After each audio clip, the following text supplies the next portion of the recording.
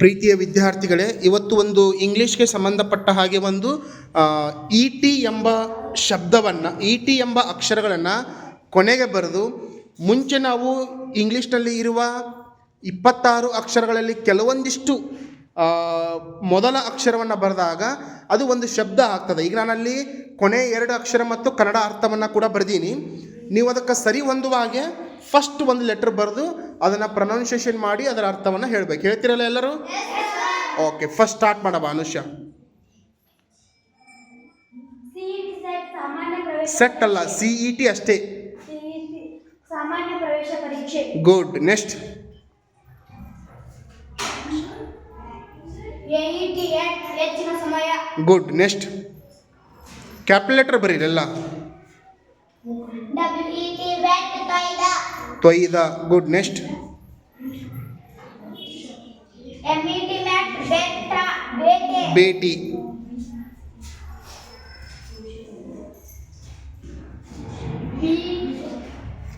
BET bait.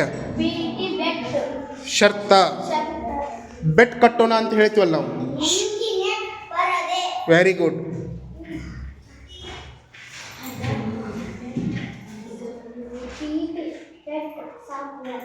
Good. PET pet ಅಂದ್ರೇನು? ಸಾಕುವ.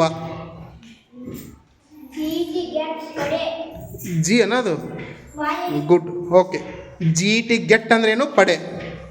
ET ಎಟ್ ಇನ್ನು. ಅದನ್ನು ಜಿ ಮಾಡಮ್ಮ, ಅದನ್ನು ಸ್ಟಡಿ. ಹಾಂ, ಗುಡ್. ಹಾಂ, ನೆಕ್ಸ್ಟ್. JET ಜೆಟ್ ಸಮೂಹ. JET ಜೆಟ್ ಅಂದರೆ ಸಮೂಹ. ನೆಕ್ಸ್ಟ್. SAT ಸೆಟ್ ಅಂದ್ರೆ ಜೊತೆ. ಗುಡ್. ನೆಕ್ಸ್ಟ್. PET ಪೆಟ್ ಅಂದ್ರೆ ಮೆಚ್ಚುಗ. ಮೆಚ್ಚುಗ. ಹಾಂ.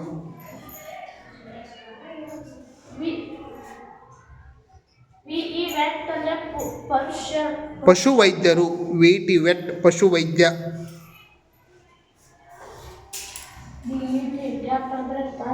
ಡಿ ಮಾಡೋದು. DET ಡೆಟ್ ಅಂದ್ರೇನು? ತಡೆ. ಹಾಂ, ಗುಡ್. ಸೂಪರ್. ಸೊ ಎಲ್ಲ ಶಬ್ದಗಳನ್ನು ಬರ್ಕೊಳ್ತೀರಾ ನೀವು?